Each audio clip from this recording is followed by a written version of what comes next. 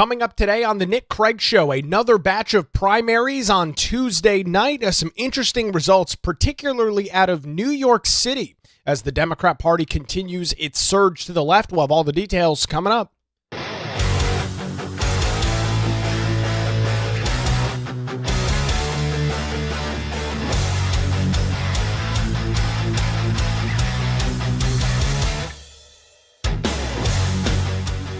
And a good Wednesday morning to you. Welcome into the Nick Craig Show, streaming live this morning on YouTube, Rumble, X, and Facebook. Don't forget that you can take the show with you 24/7 on demand. It is completely free to do so.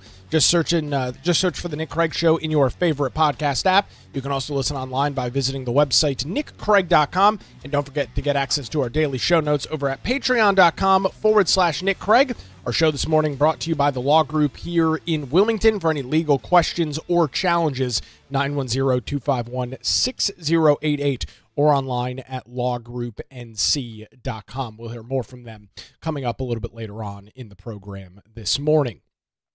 Another batch of primaries taking place across the United States. Tuesday night, some very interesting results.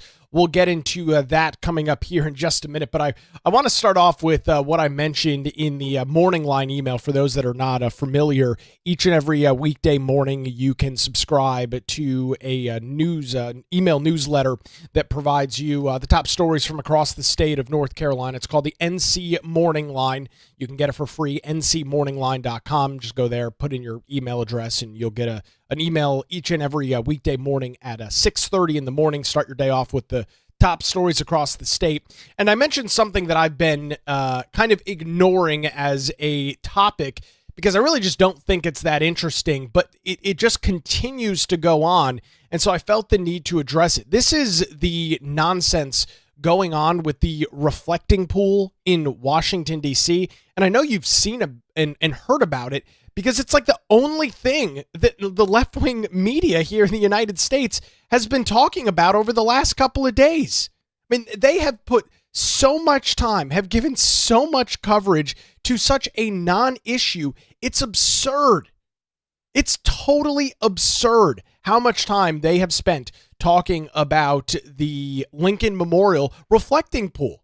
Yet it has been in every single hour of every single newscast on every single cable news network for the past week and a half now. And not that I'm going to dig into the details because it's not interesting. It's not relevant. I don't know why anybody cares. I mean, the whole concept here is the reflecting pool looked like garbage. It had a bunch of algae and crap floating in it. So the administration was attempting to clean it up ahead of inviting tens of hundreds of thousands of people to Washington, D.C. over the next couple of weeks as the 250th anniversary of the United States comes through here, coming up next Saturday on July the 4th. And you would think this is like a major influential political discussion, and it's just not. But you've got left-wing protesters now that are throwing things in the reflecting pool, are bringing outside algae and putting it into the pool. I mean, it just shows you the miserable spot that the Democrat Party is currently in. I mean, there is not a greater example that I have seen as of late that the misery that the Democrat Party is in. And there's nobody else to blame but themselves, right? Their entire political identity, and we talked about this a couple of weeks ago, or maybe it was last week, their entire political identity right now is nothing more than Donald Trump is bad. That Donald Trump is no good. And so therefore, with that being the prevailing political opinion, with that being the prevailing political thought, there is no other option, no other alternative but to go to and protest against a reflecting pool? I mean, sound ridiculous? I hope so, because it is. That's the status of the modern Democrat Party. Donald Trump says, hey, the reflecting pool kind of looks like garbage. The liner's all screwed up. The bottom of the pool is dirty and disgusting. It needs to be cleaned. And because of that, Democrats have had to take the stance of, okay, well, if that's the case, then we are pro a dirty Lincoln Memorial reflecting pool. And it is truly astonishing to me. It's not really surprising to me that the Democrat Party and some of these wacko leftists are protesting against it. What is a little bit surprising to me, and I have no problem admitting so, is the amount of media coverage that it has gotten for a story that is so nonsensical, for a story that is so irrelevant to 99.9% of the American public, right? Most of us do not live in Washington, D.C. Most of us do not visit Washington, D.C. very frequently. I haven't been up there since, I guess it was early 2025 around the inauguration. I mean, it's just a non-issue. But if you are to look at the coverage from places like the New York Times and the Washington Post and CNN and NBC News, I mean, they've got reporters that are literally standing in front of this thing all day. And so I don't really know where something like this goes. I mean, obviously any opportunity to try and get one over on Donald Trump is a major, seemingly for those on the left, a major political win that they need to kind of hold close to their vest and try and turn into a major topic and a major discussion point. But it's pathetic. It's sad. And it just goes to show you this broader discussion, and we'll talk about this coming up as we get into some of the details out of these primary election results in New York City last night, that the Democrat Party is just out of ideas. I mean, there is a zero. The tank is on empty. There is nothing left in the gas tank for this party. And so it has left them in a position where they need to be on the side of a reflecting pool that is filthy.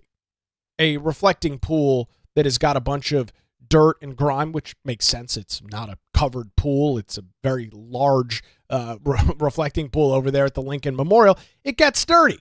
And so at some point it needs to be cleaned. But you would think that with all of this discussion, with all of this conversation, that we would be talking about, and all the time that has been invested into this, that we would be talking about some very influential, very important political issue. I mentioned in the Morning Line email today, in terms of a domestic story, this is one that has gotten one of the most significant lengths of time and coverage that in recent memory for me, because the news cycle is so quick, and we're all plagued by this. I struggle with it every day when I'm prepping here for the show to figure out, okay, what's relevant, what are we going to talk about? It's a busy news cycle. And so there's obviously a lot of different things that can be talked about.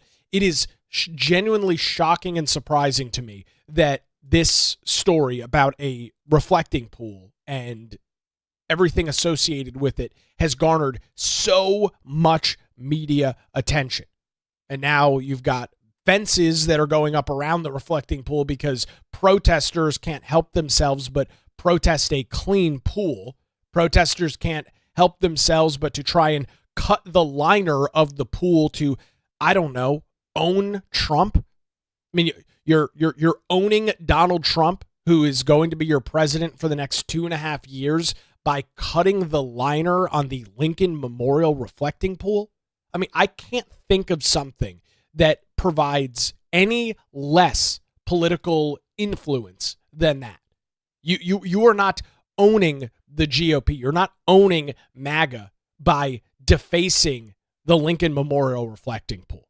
But these individuals are so deranged and delusional on the left that this is their attempt to show that they are the strong party in the room. This is their attempt to show that they are the ones leading the messaging, leading with the ideas. And it, from my vantage point, it could not be further from the truth. It literally could not be further from the truth. And so I'm not going to dive into any additional details of this because, again, it's just not that interesting of a story. We're talking about a reflecting pool in front of the Lincoln Memorial that I would assume every single person would want to see something that, actually is able to reflect because it is a clean pool. but I guess even something as basic and simple as that has become a hot button, contentious political issue here in 2026. And what a bizarre story to be following over the last week and a half or so. A totally bizarre story. All right, let's jump into some details out of another batch of primary elections happening last night across the United States. Some primaries for our neighbors down in South Carolina. Some interesting results there. But probably the most interesting details come out of New York, and more predominantly New York City, where Zohran Mamdani, the recently elected socialist mayor of the Big Apple, got heavily involved in these primary elections, and to his credit, had a very good election night, backing three far-left, far-progressive candidates that had very good nights in their primaries in New York City. I'm reading an article here from the New York Post, who's got the coverage. They write, Socialist Mayor Zohran Mamdani's far-left slate of Big Apple congressional hopefuls prevailed in Tuesday's Democrat primary, with the firebrands taking off with these firebrand candidates, the three of them pulling off some major upsets in the Big Apple. Former Comptroller Brad Lander and State Assemblywoman Claire Valdez were quickly projected by the Associated Press and other media outlets to win over their establishment Democrat opponents. And so with this, you've got longtime members of Congress on the Democrat side of the aisle that were just shown the door by their own party. You've got members that wouldn't say are necessarily moderate, because I don't think that that's the case. But you had Democrat members of Congress, including Representative Dan Goldman, who, again, not middle of the road, but not full insane, full wacko leftist, that had a pretty sweeping election defeat. Looking at the results over at NBC News, this is the New York House District 10 primary. Brad Lander, the progressive in this race, won with 65.8% of the vote, compared to Dan Goldman, who, again, is the incumbent, is currently a sitting member of the United States Congress, ended with just 34% of the vote. I mean, this is a sizable election defeat. And while the voter turnout wasn't incredibly high, you had over 55,000 votes for Brad Lander and just shy of 29,000 votes for Dan Goldman.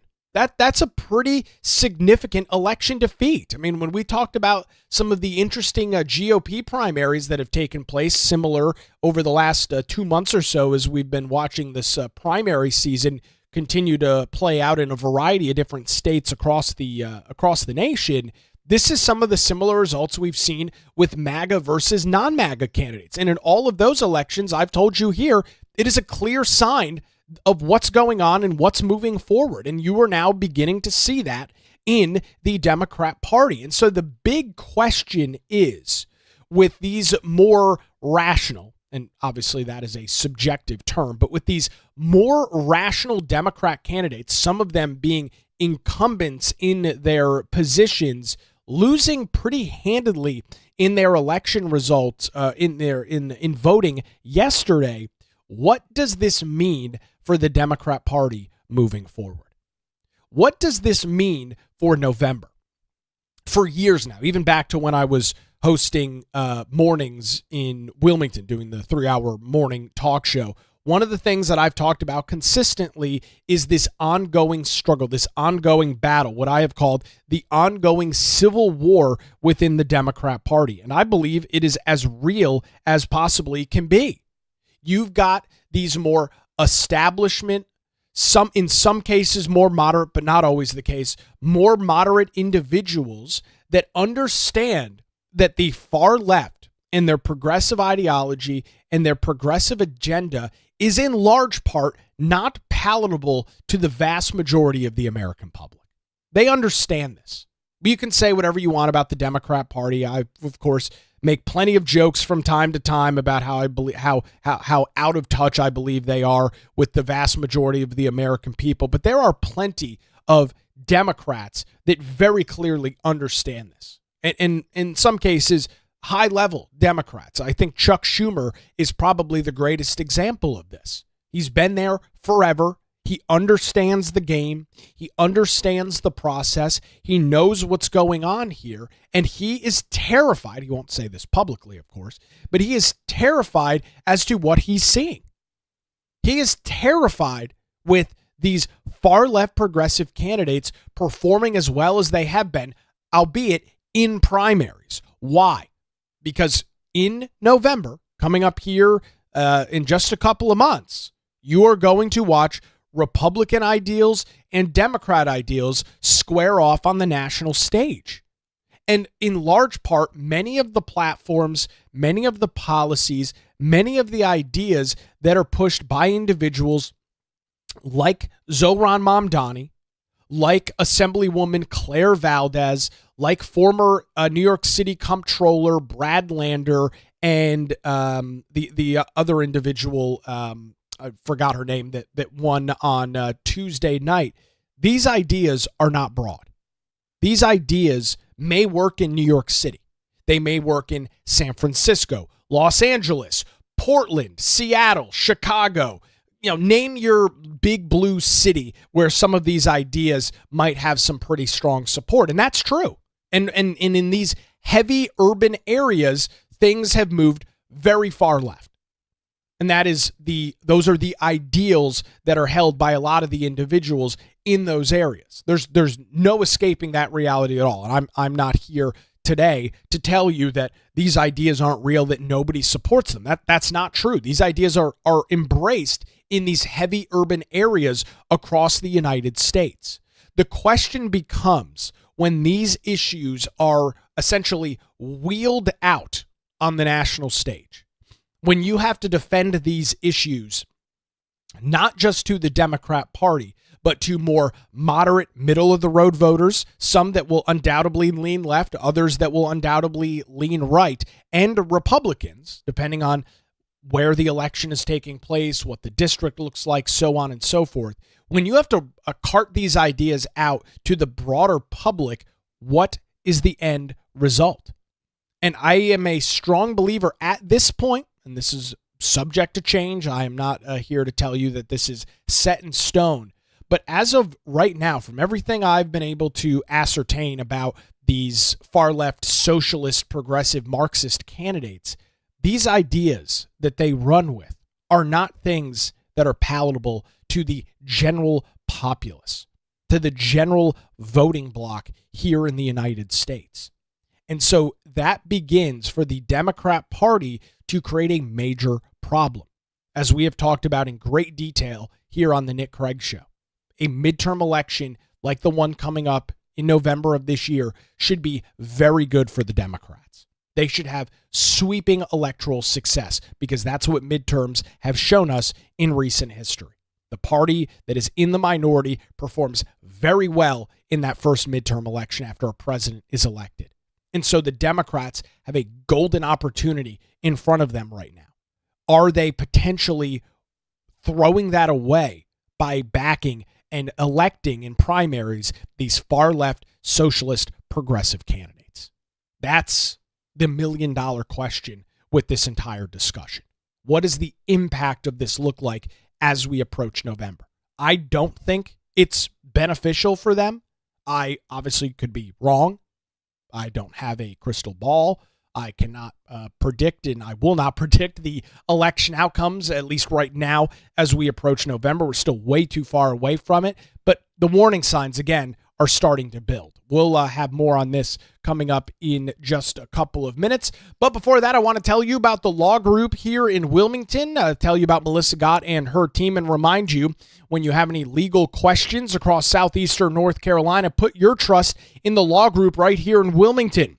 Going back to 2003, Melissa Gott and her experienced team of attorneys have provided high-quality, affordable legal services across the region. Whether you're facing a divorce, navigating a real estate transaction, or maybe you're in a position where you need a strong defense, no matter the issue, the Law Group has your back. Their dedicated team ensures that your questions are answered and issues are resolved as quickly as possible. Great news, folks. They're not some big national law firm. Melissa Gott and her team live right here in southeastern North Carolina. They're located in downtown Wilmington, and they're just a phone call away at 910-251-6088, or you can visit them online at lawgroupnc.com. That's 910-251-6088, or online, lawgroupnc.com. It's the Law Group. Experience and dedication you can rely on. We appreciate the Law Group and their continued support here of the Nick Craig Show. All right, we'll grab a quick break. On the other side, we'll get to some of your comments, as the question to you really is this surge of these far-left Democrat socialist candidates. Does this put the Democrat Party in a good position to perform well as we approach the midterms in November? We'll get to some of your comments and more analysis coming up as the Nick Craig Show continues, streaming live this morning, 7 a.m., YouTube, Rumble, X, Facebook, and available 24/7 wherever you get your podcasts.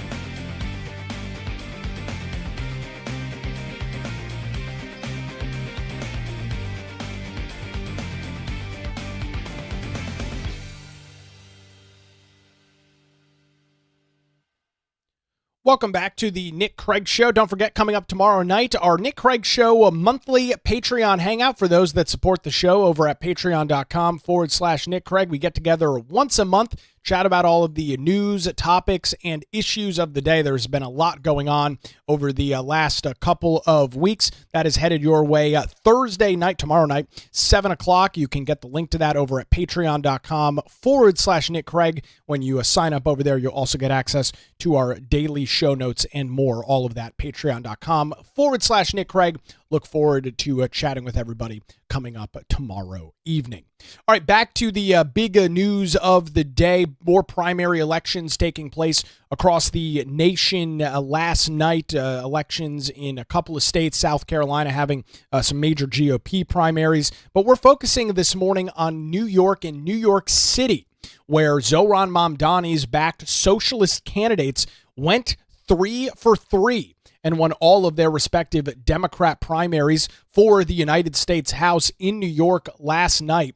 Bill Melugin had a really good rundown of these candidates and what they support. Bill Melugin, for that name, if it sounds familiar to you, he was the reporter for Fox News that was the only one for months during the Biden administration that was at the border with the Fox drone showing the American people while the rest of the U.S. media had nothing to say. The cat had their tongue. They couldn't mention Biden's border disaster. It was Bill Melugin and Fox News that were down at the border every single day showing these caravans of individuals illegally coming into the United States. He has made a huge name for himself. He was already a Fox reporter before that, but has really kind of shot into the stratosphere with some of that coverage. This was his analysis and breakdown of these three candidates. So we start in New York 13, where De La Razia Alvia Chevria won in the 13th congressional district there.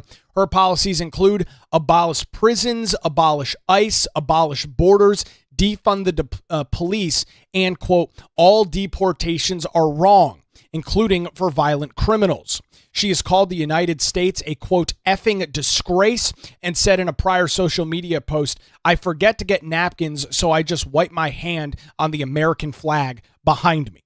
She won in the Democrat primary in New York's 13th congressional district last night. We then go to Claire Valdez in New York 7. Grant citizenship and voting rights to illegal aliens, use taxpayer funds for all transgender treatments, and eliminate private health insurance. Very common sense, logical ideas there. She, a banner night in New York 7. And then in Brad Lander, successful in his primary, that's New York 10. That's the one where upsetting Congressman Dan Goldman. Abolish ICE, forgive all student loans, almost $2 trillion worth, and expand, aka PAC, the United States Supreme Court. So these are the three candidates that had the three of the most progressive far-left candidates that had major successes in New York City last night. And the question I posed before the break was, what does this mean for the Democrat Party moving forward? Right? Because these candidates are by far some of the furthest left, some of the most extreme Democrat candidates. And it's maybe important to take a little bit of a step back and explain the difference. And this is something that is relevant for both political parties. Explain the difference between a primary and a general election. The furthest right or furthest left candidate in a primary is not always the best choice. And the reason for that is one that is very simple. When you are in a primary and you are winning in a primary, it is your own party that is voting for you, right? And we typically see in primary elections, voter turnout is low. It tends to be the more engaged voters that show up. And on the progressive left, it is the more progressive, socialist, far left wing of the party that is very active in the political process and typically the one that shows up during a primary election. Similar situation on the right. It is the more grassroots, more conservative group of individuals that show up during a primary election. And I'm here to say that for both parties, and the Republicans are just as guilty of this as well, electing what you deem as the quote-unquote best candidate in the primary is not always the best candidate. Now, that's not to say that you should be electing moderates or squishy or soft candidates. No, absolutely not. But a primary election is far different from a general. And this is something that a lot of folks cannot wrap their head around. And so the question is, after we see these results, or now that we've seen these results, I should say, in New York City last night, what does this mean for the general? While these candidates might be palatable amongst the very vocal, very progressive, very extreme far left, are these ideas like abolishing prisons, abolishing borders, defunding the police, granting citizenship and voting rights to illegal aliens, packing the Supreme Court, taxpayer-funded transgender surgeries, are these issues that are palatable to the broad majority of the American public? The answer to that from my vantage point and everything that I have seen is unequivocally no, they're not. These are not things that every day, and when I say normal, I mean more in the middle of the political spectrum, normal American voters are interested in. They don't want to defund the police. We've already seen this play out. This was the big move in 2020, 2021, and 2022. Democrats ran all around the United States talking about defunding the police, defunding law enforcement. It was a miserable policy idea. It did not gain a lot of support. It did not cause people in states across the U.S. to show up in droves and vote for the Democrat Party. It's a stupid policy. It's a stupid idea. And the vast majority of people, I would argue 80 to 90%, don't agree with it. And so when you put a candidate that has those ideas up at the top of the ticket, which is what's happened here after the primary, it is these candidates that will move forward onto a general election, what does that do? And that's kind of the interesting thing that I'm going to be keeping an eye on in the months and weeks to come. Because the larger question is, what is the direction of the Democrat Party? Where does that party move? You've got Hakeem Jeffries in the House, old Chucky Schumer in the Senate. While these guys I don't agree with probably 95, if not 99% of the things that they support or that they agree with, these guys aren't stupid. They know what will, I believe, they know what's going to happen if more and more of these candidates start making their way on to the general election ballot. And let me be clear, for New York 13, 7, and 10, these Democrats are going to win. These areas are so heavily blue. The point of this is not to say, oh, Republicans have a shot to flip these seats. No, I don't think that's the case at all, and they won't. But this goes back to something that we saw start a couple of years ago when AOC and Rashida Tlaib and those far left progressive candidates first came onto the scene when Nancy Pelosi was the Speaker of the United States House. And we saw a pretty major and in a large part, a public battle between the Nancy Pelosi's, which of course would fall under the category of the more establishment Democrats, and AOC and Rashida Tlaib and Ilhan Omar and these others trying to grab power away from what they deem as the establishment and the do-nothing Democrats within their own party. To the credit of Nancy Pelosi and the establishment, they did a really good job of holding them off. I mean, to this point, AOC and these other far-left progressive candidates, they haven't really amassed any power. Yeah, they win their primaries. AOC had a great primary election victory last night. They win their primaries, but they don't hold any major power. They're not the decision maker in the room. That's Hakeem Jeffries. That's Chuck Schumer. Those are the individuals that are leading the discussion, leading the conversation for the National Democrat Party. But there will come a point where there are so many of these far left extreme candidates in the United States House that presumably at some point the dam will break and the establishment will lose its grip. And so that's what's going to be fascinating to keep an eye on. That's what's going to be really interesting to see in the weeks and months moving forward.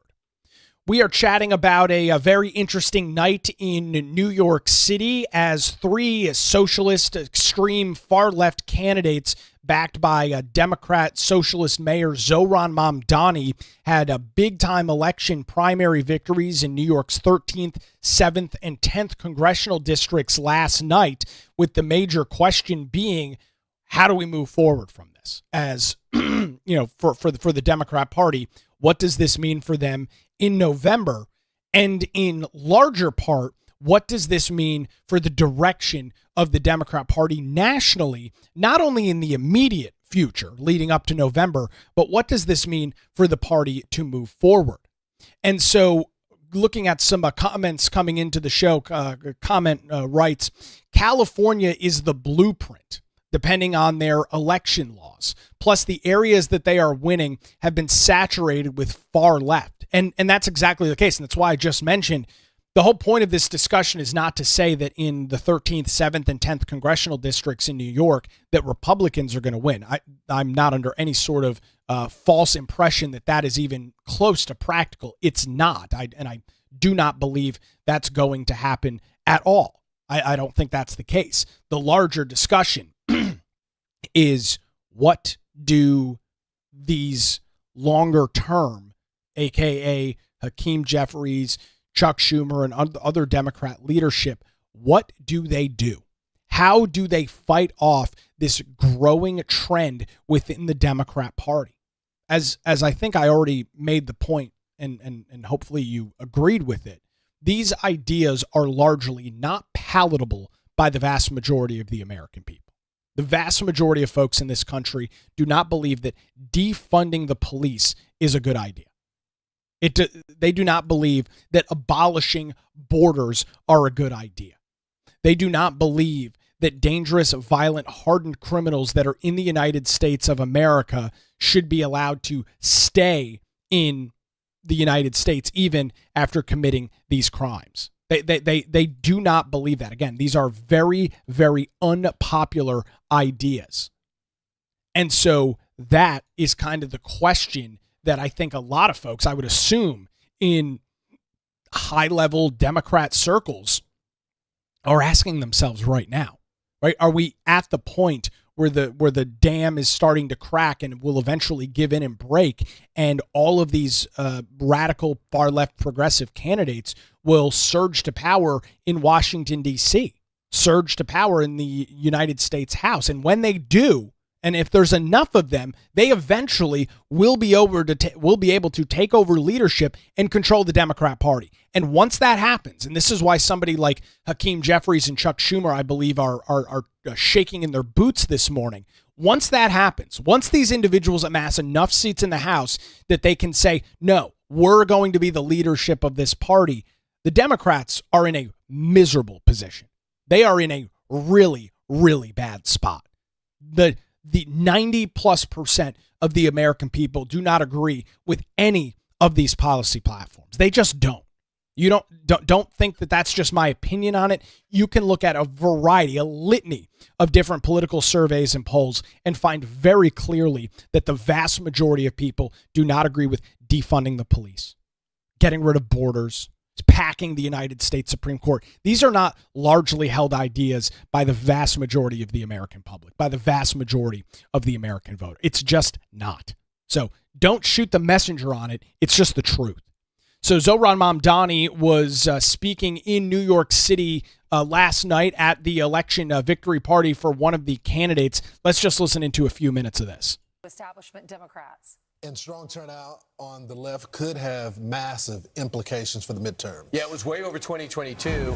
Alexis McAdams joins us now live in Manhattan with the details. Alexis. It looks like I accidentally pulled the wrong clip there, but the clip from Zohran Mamdani was essentially saying that we won, that we're in control, that we're leading the direction, that we're leading the charge moving forward, that we are the ones that are going to be calling the shots and making the decisions.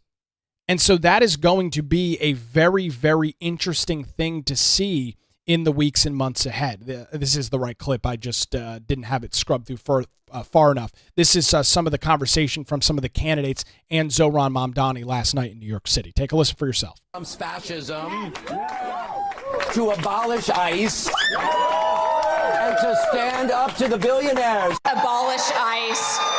Free Palestine. Organize your union. And join DSA. I see a New York that we can all afford. I see a New York that truly invests in its babies, not bombs. And so those are the three different clips you heard there are from the candidates that won last night. So before you run to social media or send me an email and say, Nick, you're blowing these people's ideas out of proportion. No, you literally heard it out of their mouths. Abolish police. Abolish ICE. I'm not saying something inaccurately. I am not inferring what their policy positions are. Those 3 clips you heard are from the election victory parties for the 3 candidates that we've talked about in New York's 13th, 7th, and 10th congressional districts. Those are their words. And you saw in the last clip, Zohran Mamdani was standing right next to the candidate in New York 13. As she said, oh, we need to invest in our children, not bombs. I didn't realize New York City was in the bomb-making operation. I didn't realize that New York City as a entity was producing military munitions for the United States. It doesn't even mean anything. So, interesting comment coming in, but they are spreading out, moving into red areas, taking over slowly. Yeah, that is absolutely happening. And so, in kind of rounding out, putting a bow on this discussion and conversation, this is going to be a very interesting time for the Democrat Party. And it's not completely unheard of, right? We similarly saw something with the Republican Party in years past over the last decade, right? You had the establishment Republican base that was pushing against who? Now the current 47th president of the United States, Donald Trump.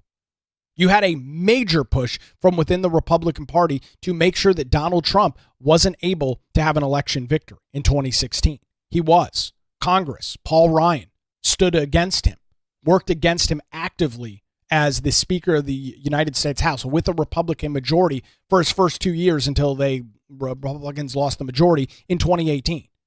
And so we've seen these situations where you have this evolution of a political party. There's one key difference, however. The issues in which Donald Trump ran on and supported were not broadly hated by the American people. Donald Trump's message, and you can say not everybody agrees with it. Sure, that's fine. I'm not saying there was broad or 100% agreement with everything that Trump ran on in 2016 or in 2024. But his ideas were not 80-20 issues, right? You can look at the issue of immigration, something that was a cornerstone of the second Trump campaign. That's an 80-20 issue. Over 80% of the people in the United States support deportations for those that broke federal law and came into the United States illegally. 80% of the people in the country do not support abolishing ICE, abolishing prisons, abolishing borders, and defunding the police. They do not support that. They also don't support forgetting a napkin and using the American flag to wipe your hands or wipe your face. A direct quote from De La Raza Alviera, who won in New York 13 last night. That is not an 80-20 issue. And so it is going to be fascinating to see on the national stage how the leadership within the Democrat Party tries to push back against these candidates that are seemingly amassing significant amounts of power during these primary elections that have taken place over the last couple of months. We'll keep an eye on it and continue our conversation as we approach November right here on the Nick Craig Show.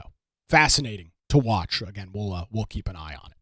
All right, that's going to do it for a Wednesday edition. Thanks to the Law Group here in Wilmington for their continued support. You can visit them online at lawgroupnc.com or give them a call, 910-251-6088. The Nick Craig Show streams live weekday mornings, 7 a.m., YouTube, Rumble, X, Facebook. Is also available 24/7 in your favorite podcast app and is heard weeknights, 9 to 10 p.m. on WBT Radio in Charlotte. Enjoy your Wednesday. We'll do it again tomorrow morning right here on The Nick Craig Show.